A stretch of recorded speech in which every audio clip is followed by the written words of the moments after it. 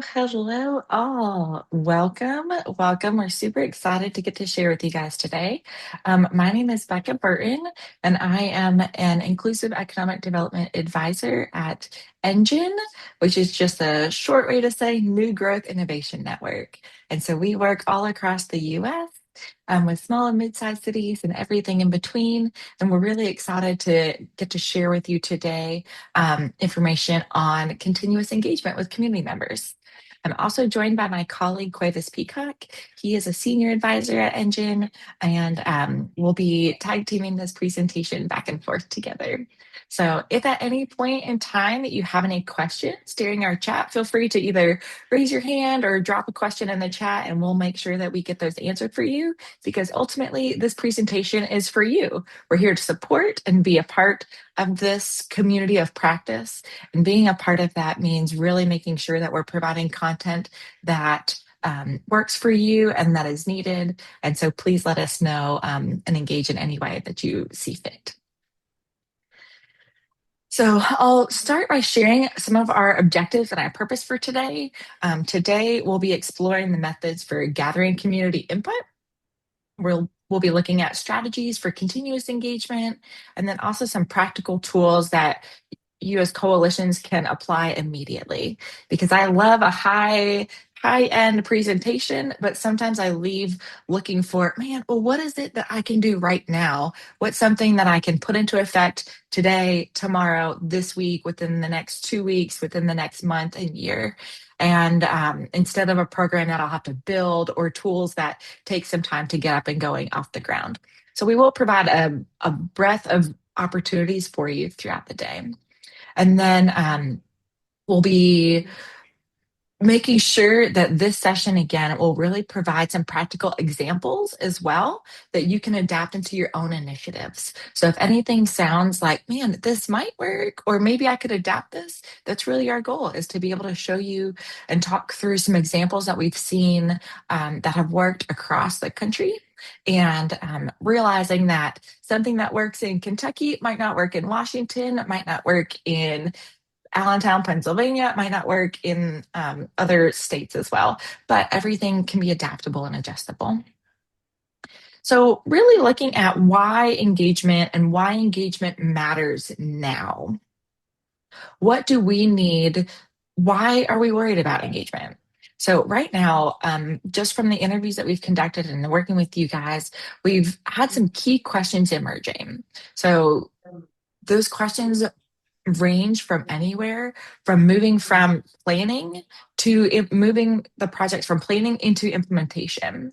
So maintaining trust is crucial throughout these times with those participants that you're engaging with, those communities, and measuring impact really requires an ongoing engagement with the community. It's not something that can be done once at the beginning of your project and then and then that's the end, or you re-engage at the very end of your project or whatever it is that you're working on. So some of the key questions that have been emerging are: how do we recruit participants? How do we maintain trust with communities? And how do we measure meaningful impact? And we'll be diving into what that meaningful impact looks like and the different ways that you can measure impact.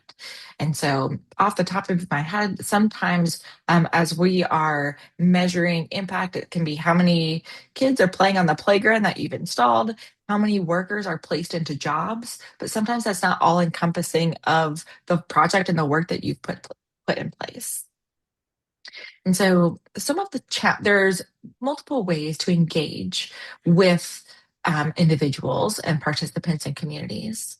And so some of them are traditional ways. And so that can be a survey, that can be a one-time listening session, or a compliance activity. So if you guys would drop in the chat, how many of you have done one of those three things that's considered traditional engagement strategies? So, how many of you have done a survey? How many of you have done a listening session or some type of compliance activity?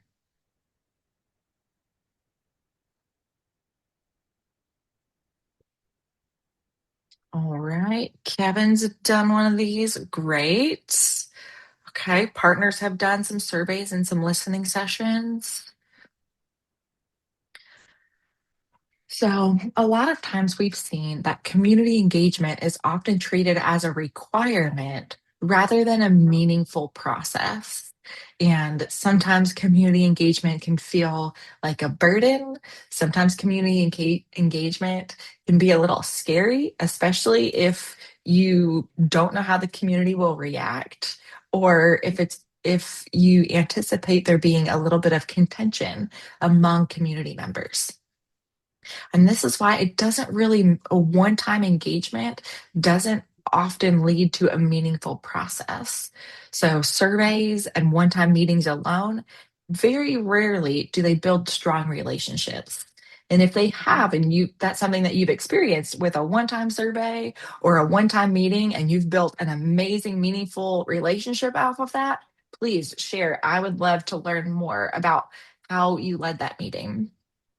But what we've seen is that oftentimes these approaches, they can lead to low survey response rates, and then or inclusive data results.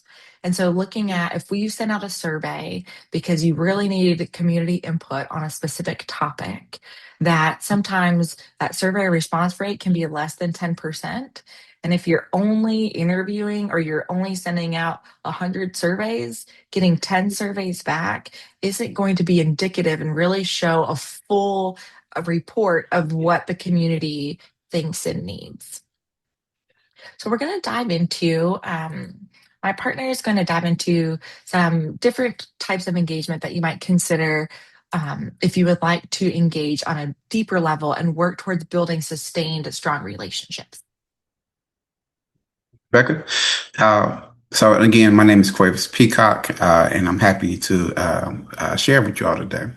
As we look at this slide, we look at the difference between extractive versus participatory engagement. And so when we look at this, it shows a critical distinction in how we want to go about engaging our communities. On the extractive side, this is what many of us have seen or experienced, where we collect input through surveys, listening sessions, public meetings, but that input rarely shows up in final decisions. So from the community's perspective, it can feel like, why did you ask me all this if nothing changed? And over time, this erodes trust and reduces willingness to engage. In contrast, participatory engagement flips that dynamic. Here, community members are not just providing input, they are helping shape the direction. They are influencing strategy, setting priorities, and co designing programs. And I like to say the key difference here is power, right? Extractive engagement gathers information, participatory engagement shares decision making. And for the work we're trying to do, especially in economic development, participatory engagement is what leads to stronger solutions, deeper trust, and more sustainable outcomes. And then when we think about engagement as a whole, we should really reframe it to where it's not just a single activity, but it's a strategy. Strong engagement directly strengthens economic development efforts in a few key ways. First, again, it builds trust. When communities see their input reflected in real decisions, it increases credibility and long-term buy-in. Second, it helps to recruit participants. People are far more likely to engage in programs they help shape or that clearly reflect their needs. Third, it improves program design. Community insight helps us avoid designing in a vacuum and instead build solutions that actually work in practice. It also helps us identify barriers earlier. Things like transportation, childcare, and eligibility requirements can derail participation if not addressed up front. And finally, it helps us measure what actually matters, not just outputs, but outcomes. Communities themselves are able to define the success.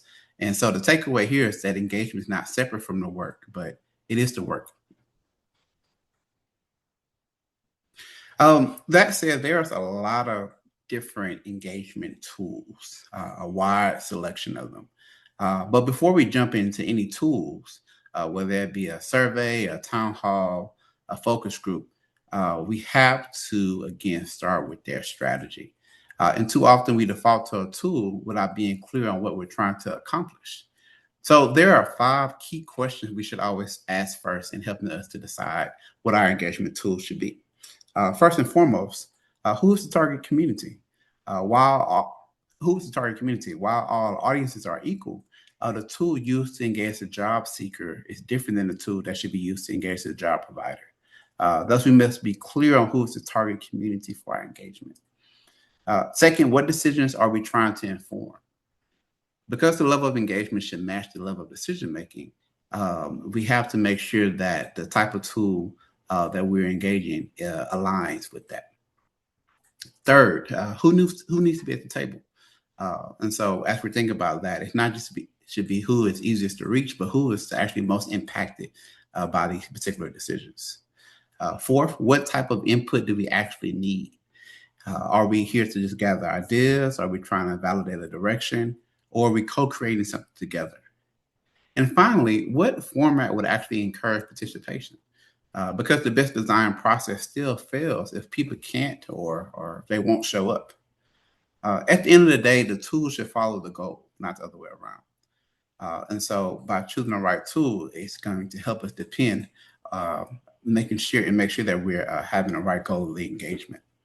I do want to take a quick pause here and ask if there are any other things that are out there that we think should be asked before selecting an engagement tool. Any other thing that come to mind? And so feel free to pop it in the chat, and I'll see if Becca, if we have any responses there.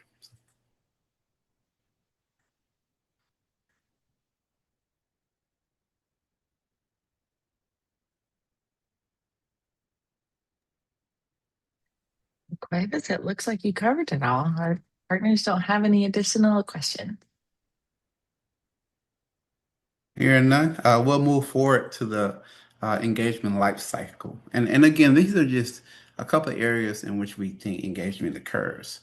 And so, as we look at this slide here, we hope that it shifts how we think about engagement over time, where too often engagement is treated as a one-time step, something we do at the beginning and then move on from. But in reality, engagement should be a continuous cycle. It starts with discovery, understanding community needs, priorities, and context. Then it moves into continuous engagement, where community insight shapes decisions as the work evolves. And then evaluative engagement, where we come back to understand what worked, what did not, and what needs to change. I will add that there's an important nuance here that if you are solving for a single defined problem, you might move through the cycle once and reach a clear conclusion, and you should have confidence in that conclusion. But if you're working on an ongoing community goal like increasing economic mobility or neighborhood revitalization, this cycle should continue.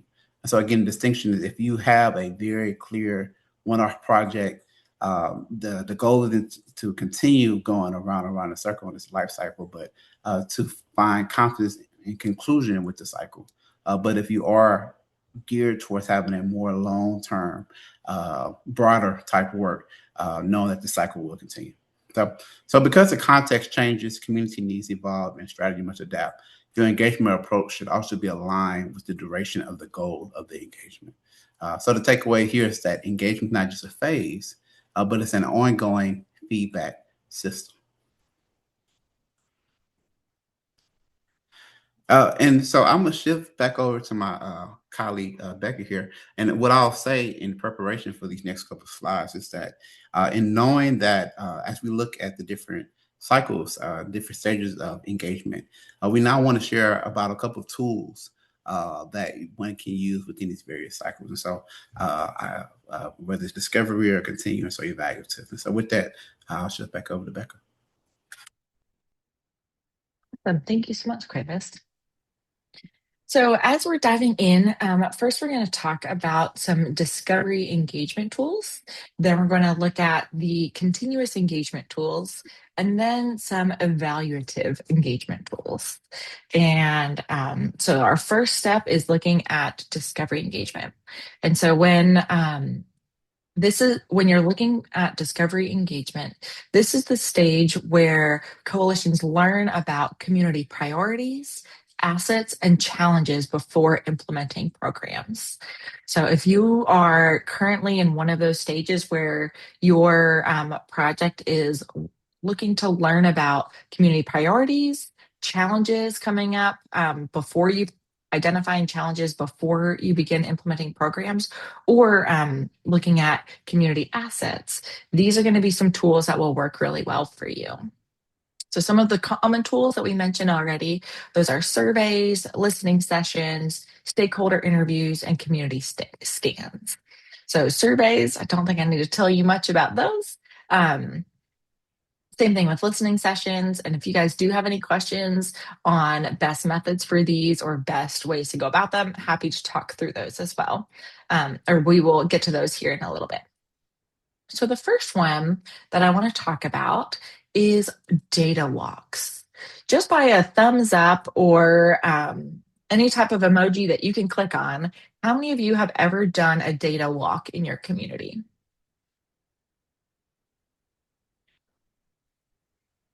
And while you guys are finding that button, data walks help communities interpret information together. And so this method makes complex data easier to understand and encourages dialogue. And what's great is okay, shared data, but not in this way. Thanks, Christy, for that input. So sometimes data can be big and a little bit scary, depending on what the data is that you are sharing about. And so putting it into bite-sized pieces and providing opportunities for community members to engage and discuss is a great way to share data that's different than just having a presentation where someone stands in the front and says, here is the information and data that proves whatever point I'm trying to prove. And so a data walk is when participants review charts or maps that are posted around a room and discuss what that data means for them and for their community. And so typically you have these spread out in different spaces around the room. And at each point, you select an individual to lead the conversation at that location for specific questions. And so as you're getting set up to do a data walk, you would first select some key indicators tied to your project. And then you would create some simple charts or visuals pertaining to the information that you have. So from there, then you take your charts and, like I said, you spread them around the room, and those are labeled as your discussion stations. And then you have a facilitated group interpretation. So sometimes you can have those questions that you want to ask about a particular data set printed at the bottom of your data so everybody can remember it.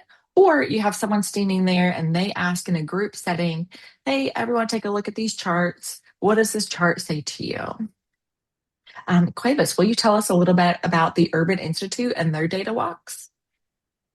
Yeah, and so this is an example that we definitely want to provide post session.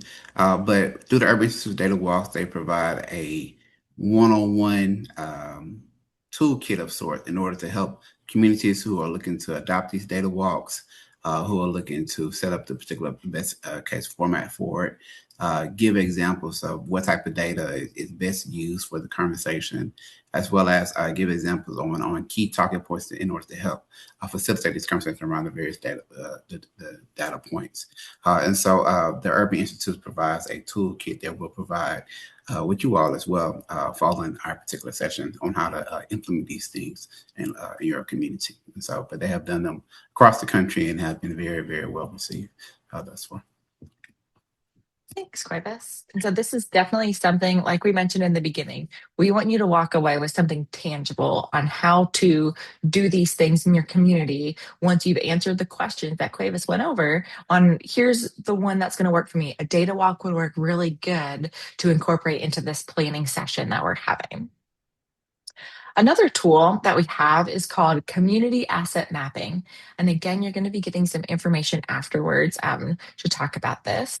But a community mapping is a way for residents to identify important resources and institutions. So this helps coalitions understand how local systems connect. So I'm not sure if you can read everything that's on our really beautiful chart here, but this process identifies strengths within a community, such as businesses, organizations, institutions, and programs. And so you kind of break that apart into different groups. So you've got local institutions. Those can be everything from businesses and industries, schools and colleges, local state parks, libraries, hospitals, community-based organizations. And then you've got citizens associations, which those can be um, places of worship. They can be neighborhood associations, cultural groups. And then from there, you've got gifts of individuals. And so different individuals can be broken apart by, you can divide them however you'd like. So that can be youth, that can be elderly, that can be broken apart by artists, by talents and skills, income. Those are just a few things to name, but there are so many different categories that you can break those apart into. And so the idea of this community asset mapping is just realizing who knows who and what does what. And so being able to identify these asset categories is your start. And sometimes within that conversation with the community members, there might be someone that pops up or a category that pops up that you as a leader might not have realized existed. And that's okay. That's the purpose of community asset mapping. And then once you map those local resources, then comes what I like to say is my personal favorite part is identifying those connections between the assets and exploring opportunities for collaboration. So one way I've seen this done, and it was really, really fun, we had a large space. And once we had mapped out all of the people who knew so and so is gifted in conflict management, so and so is gifted in economic development, so and so is gifted in engagement tools and bringing the energy and the excitement. We gave everybody balls of string.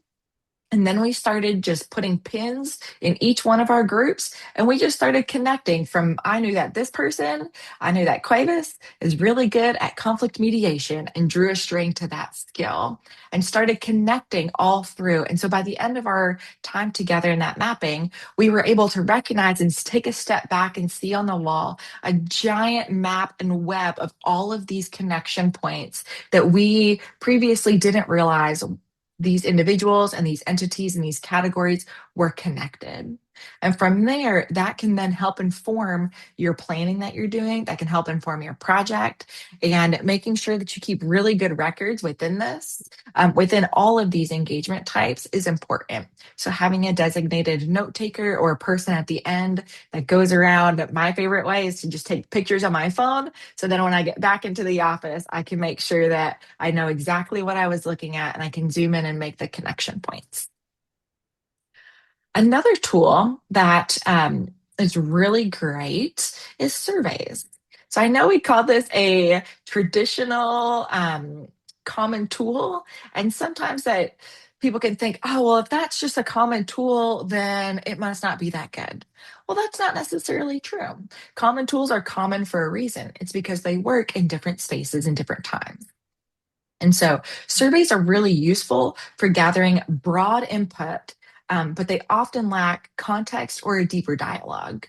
So we always encourage pairing your survey with some interactive methods because sometimes surveying is just the best way to get something done and to get the information that you need.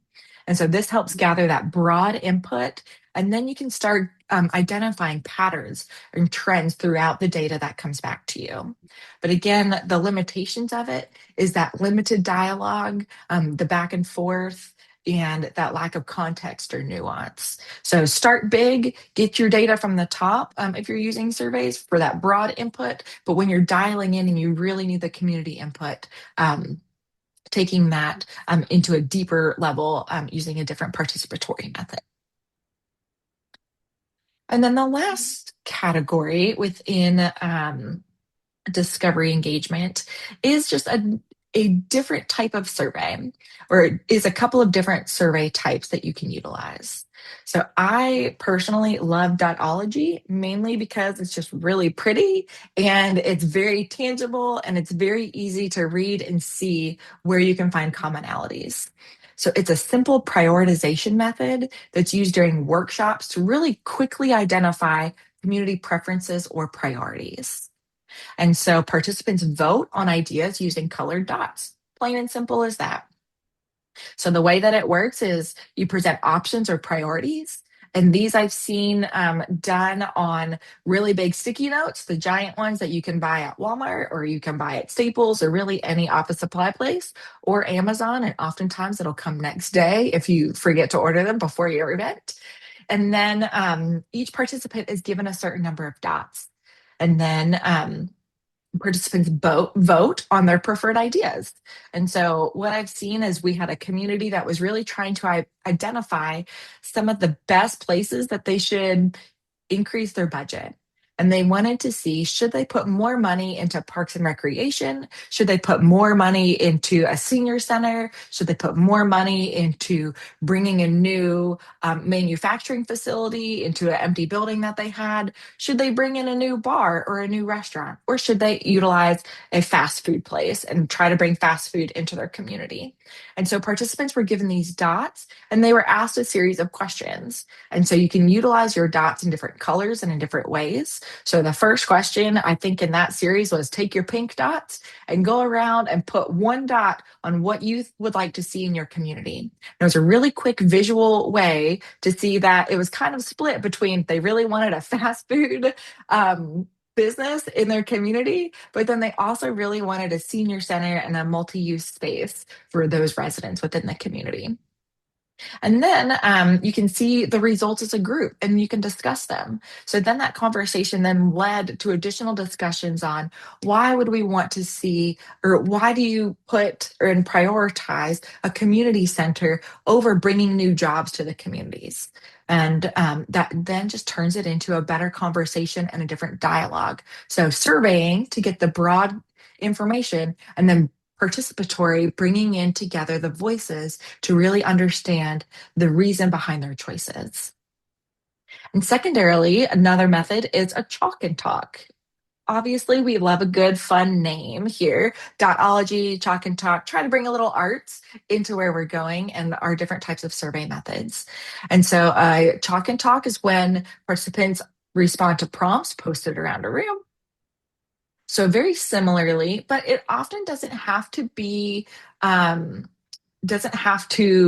engaged right away. So it allows participants to respond to prompts across a room and generate some really thoughtful feedback, more so than a dot, because a dot is just one thought, where if a chalk and talk is when you can write your own thoughts on it and the feedback can be anonymous.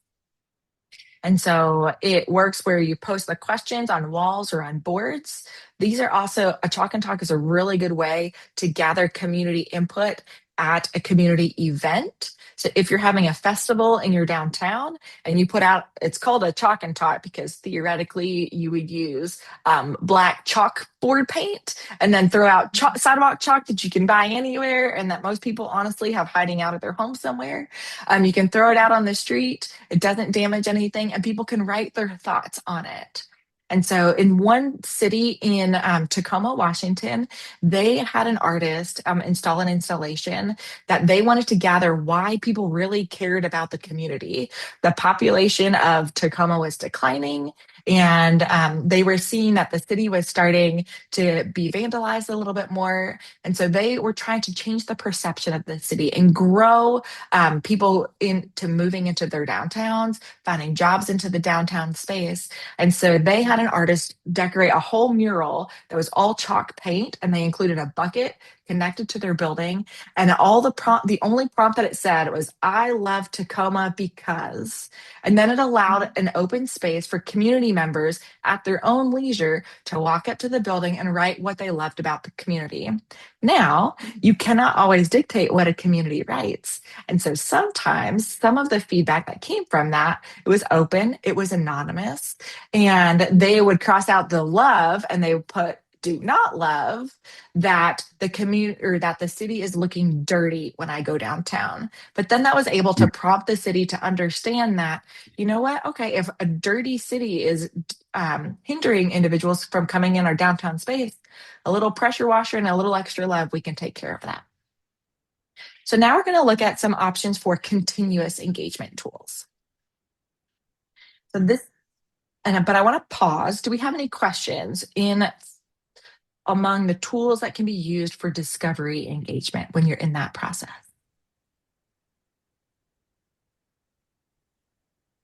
All right. Well, now we're going to learn a little bit about continuous engagement, kind of how I've been continuously talking. So I will try to make sure to pause and please feel you can interrupt at any point if you have any questions or either raise your hand or come off mute and chime in whenever you would like. So, continuous engagement really ensures that community voices remain part of the project after the planning stage. So, this type of engagement should be used to continue, or this type of engagement should continue during program implementation, not just the planning phase. And so some of those discovery engagement tools, those are when you're in the beginning part of the project, thinking back to Cuevas' life cycle. This is continuous engagement to be used during that program and implementations phase. And so some common approaches are advisory councils, listening sessions, and participatory planning workshops.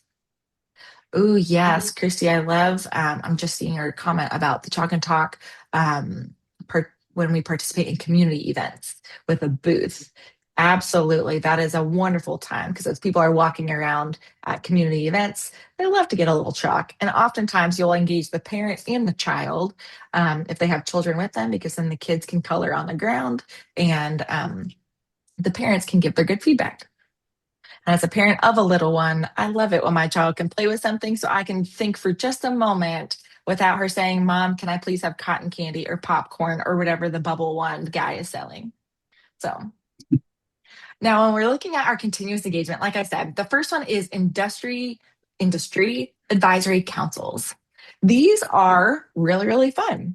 And I realize that all of these different tools, some of them can sound exciting to you, and some of them can sound like, oh my gosh, this sounds like the most boring thing in the whole wide world.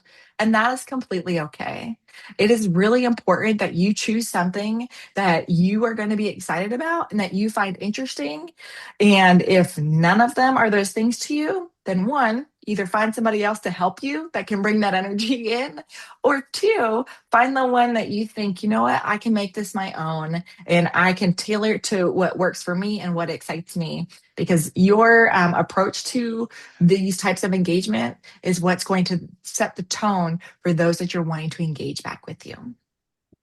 So, an advisory council, an industry advisory council, they help workforce programs stay aligned with employer needs and labor market trends.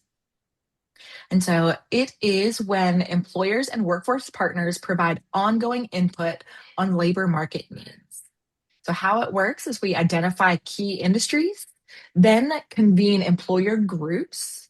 And then once you have those employer groups together, you start discussing hiring trends and skills gaps, and then using that feedback to refine the programs that you have.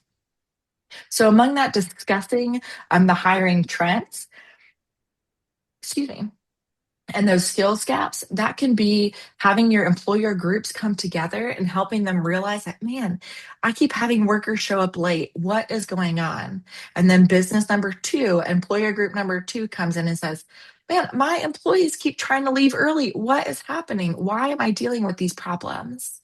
And the more that conversation develops, you can start to see, okay, businesses located in this part of the city or businesses that employ a certain age group, their employees are starting to arrive late or they're coming in late consistently.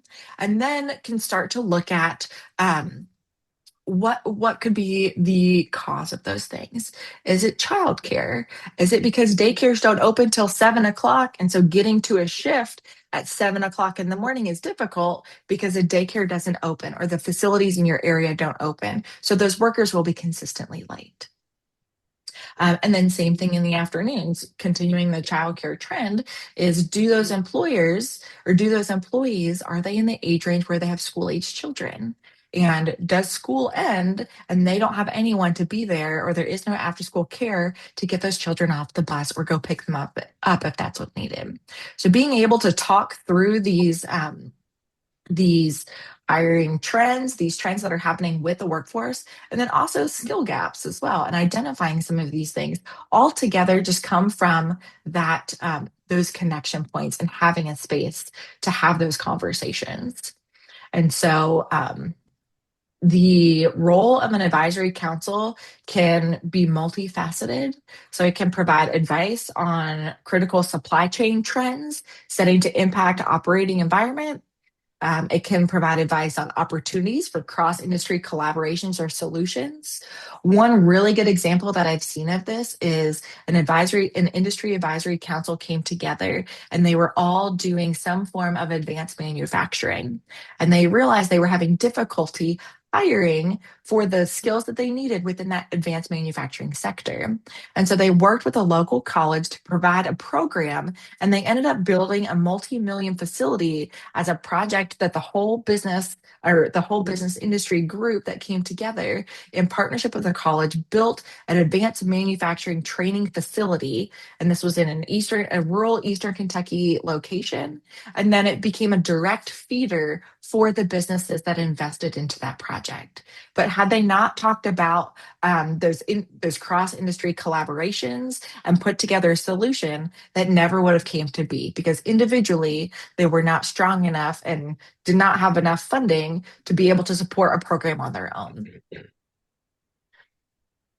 So again, this we've got a really good example for you that you'll be getting some information on the Chicago Cook Workforce Partnership in our after meeting.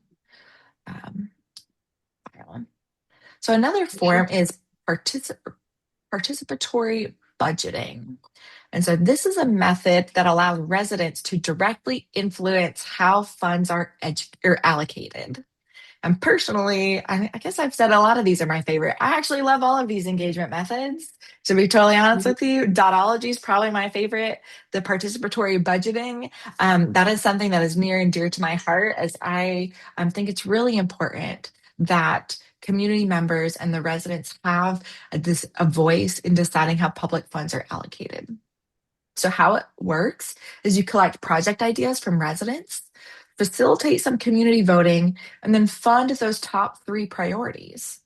And what's really great about this is people tend to get behind things that they have a say in and things that they have a voice in. So participatory budgeting is a democratic process in which those community members decide how to spend a part of the public budget. It gives real people real power over real money instead of just the elected officials or those in leadership positions deciding, oh, I think our community should spend that money on this project or this program, even though that's not the project or the program that community members see. And so it's great because it's an annual cycle of engagement that just gets implemented into a regular budgeting process. So now, again, this might not work for every community, but it's definitely something to consider if there are some public funds and you're trying to decide how you want to spend those or where you want to focus your efforts to make something happen within a community. And then the last one we're going to talk about today is under the continuous engagement category is scenario planning. Scenario planning is a method that helps communities explore possible future development paths and understand potential trade-offs. So how it works is you present alternative development scenarios and then facilitate discussions of the impacts of each one of these scenarios, and then identify some preferred strategies. And so this is also, again, really good and necessary for continuous engagement. So within this process, you're defining the objectives, deciding some of those focal issues. Then you begin exploring to see a new way of thinking. You start brainstorming, you start spitballing, which up until about 3 years ago, my husband thought I had made up the word spitballing because he's like, there's no way that is an actual word, until we heard it on a TV show and we just both looked over, locked eyes, and we're like, spitballing is the best way to just get ideas flowing within a community because it allows your mind to just freely think without any without any fear of rejection or someone saying that's a stupid idea, unless they have that old school button from, I think it was Office Depot, where you would push it and it would say that's a stupid idea. But I don't think they make those anymore, so you're good. And then you move from defining, exploring. Oh, good to know.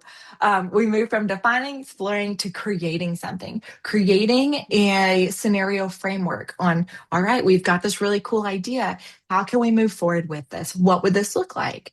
How can we communicate this in the way that we need to communicate it? Then how can we act it out? And then how can we embed this into ongoing strategic conversations? Um, so this is really good when you're wanting that community input and really engaging the community in what types of future scenarios should we have. Again, when I say community, this can be used in different places. This can be used to incorporate the community as a whole. This can also be used for those business leaders that have been identified in your community, or those doing economic development work, those doing strategic planning work within your communities. Those are the ones that you can really shape the table however you want. I would just always, as always at NGIN, we encourage that every table is shaped to be a complete inclusive table, and making sure that every voice in the community is heard and not just the loudest. So next we're going to look at our evaluative engagement tools. And one quick thing I'll add here is that when I think of scenario planning, I like to think of it as a proactive pivot. As we are engaged in long-term program implementation work, there's going to be a lot of pivots that take place. But by engaging those who you're in community with proactively, to where you can scenario plan what are alternatives if this scenario plays out this way or the other, then you can begin position yourself in a place of being proactive in order to pivot it efficiently and effectively with those you're working alongside sooner than later. So scenario planning is really just that proactive pivoting. So I just wanted to add that really quickly there. And then, so in transitioning to the last phase of engagement, evaluative engagement. When we think of evaluative engagement, we focus on shifting to asking the question, what actually worked? So this is something that community should be a part of answering that question, not just as participants, but as partners in defining the success. We are asking, did this program improve lives? What should have changed about the program if it did or if it didn't improve lives, et cetera? What outcomes matter most? Excuse me, sorry. And then as we just think about evaluative engagement as a whole, it ensures that we're really understanding the real impact from that community perspective. And again, communities define different ways, but it's that all-encompassing perspective of those who are impacted by the program. And so evaluative engagement gives us a chance to put the ball back in their court to better define the outcome. And so a couple tools, and so this is a busy slide here, but a couple tools to help do that. And first and foremost is community-based participatory research. Prior to me being at NGIN, I worked in higher ed, and so this comes from that particular space of the idea of allowing those who are impacted to be a part of the actual research process. Where it treats community members as partners in research and evaluation, and not just those who are being researched. Where they allow themselves to help design the questions, participate in data collection, and interpret results. This leads to deeper insights and a stronger trust because people closest to the issue are shaping the understanding of it. Too often times, we would have community members who feel as if persons would come in and they would research and they would evaluate and they would ask them questions, and they just feel, for lack of a better term, like a guinea pig of sorts. And so, like, I'm always being tested, or I'm always being evaluated. And so it's like I'm this test subject. What this really does is this reshapes the narrative and allows them to go out and to design the right research question, where they can be trained as community members as researchers, and they can begin to go out and develop data and information that's not only collected in an appropriate way, but it's also will be able to be shared out in an appropriate way. What comes to mind with this particular process is a 5-step process of CBPR, where you've focused on first and foremost establishing a partnership where you are identifying people in the community who want to go about and be a part of this work. And then they can then determine questions of importance to them, what's culturally relevant, parallel efforts, shared goals. They'll go about designing and executing the research themselves, where they'll plan, conduct, gather, analyze, interpret these particular results, and then they'll be able to translate the results into action. To where this particular information has been gathered doesn't just sit on the shelf of sorts, but because they have participated directly in this process, they're more likely to go out and apply it and to really have a better understanding of it. So this is just one particular way of doing some type of evaluative engagement with the communities you may serve. In addition to that, we have what are called sense-making sessions. And so when we think of a sense-making session, it really is just an intentional space for people to come together and make sense of what have taken place in this particular program or not. Where you present findings, facilitate discussion, and identify what the data means and what should happen next. This is where that data turns into insight and creates a sense of shared understanding. And then when you think about just some of the main reasons why one would want to do sense making, it is to increase the impact of your program. It's to transition from looking at, hey, here are programs we've been working on throughout our portfolio, but do we still need to work on these areas, or should we pivot from these areas? And we can determine that pivot by taking time to intentionally reflect on things. And then you can identify what your team is doing well, where your organization or group may be holding a competitive advantage, or areas that are not doing well in, right? And then when you look at just in its entirety of the sense-making session, it just creates that intentional space to slow down, to ask questions, and to do it in a way where all parties are able to come to the table and intentionally reflect and evaluate the work that's been taking place. This is essentially a cool way of saying stopping and understanding. But there's a particular framework which falls on the sense making sessions that allows this to be done in a very efficient and effective way. So sense making sessions, a great example is what's the work that's done by the Asia and the Pacific Regional Innovation Center, which we'll share more information about following our time today. And then the last thing I would share is quarter dashboards. And this is a little warped picture here. But what it really, the intention behind it was to, now that you went out and gathered this data, you're evaluating, you have this group of people who understand it and who have reflected upon it and made sense of it, where are you going to show it? And so we think of dashboards. They track indicators like business growth, investment, job creation. But they have certain indicators that are tied to various project goals. That can be tracked and shared over time. And the main goal is to just create a public space where people can easily go to. And as they easily go to, they can see the progression of the work that your organization has taken place. Too often times we do amazing things in our communities, but there's not a direct way to reflect upon it, to see it. And so when we think of quarter dashboards or just dashboards as a whole, it's a space that allows for these outcomes to be showed in a way that's easily received, easily reviewed, and just overall accessible for the communities we're hoping to serve. And so Equity NYC has a great example of a dashboard they do that's interactive, that's easy to use, that and fairly comprehensive in the various different areas in which they try to review and report out on. So we want to give out an example of that there. And then I'll just say as an overview, what we shared today is just different types of tools based upon their goal. And so what you see here is are three different goals of engagement, discovery, continuous evaluation, tools that align with that, and then just an indicator of the purpose of those tools. Going back to what was shared earlier is that as we're choosing a tool, we have to initially identify what is our goal of our engagement. And by using this particular chart here, that allows you to essentially work backwards for specific, what's the purpose of what we're trying to do. And then we can work backwards by implementing our advisory council because we want to have continuous engagement. Or if our purpose is to interpret results, then our tool can be to implement sense making because we want to do evaluation. Whatever the case may be, this is just a overarching framework to help you kind of determine what tool is most appropriate for your overall engagement strategy, given the nature of your work. We do have about 7 minutes left.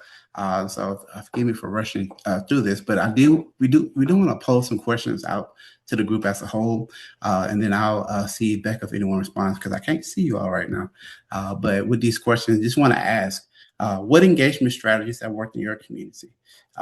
It's the first question, and then we want to shift to any challenges you may be facing or which tool may seem most useful for your work based upon our discussion for today. But starting there, what engagement strategies have you done that have worked in your community that you may want to share with others on a call and that you think worth replicating in other communities?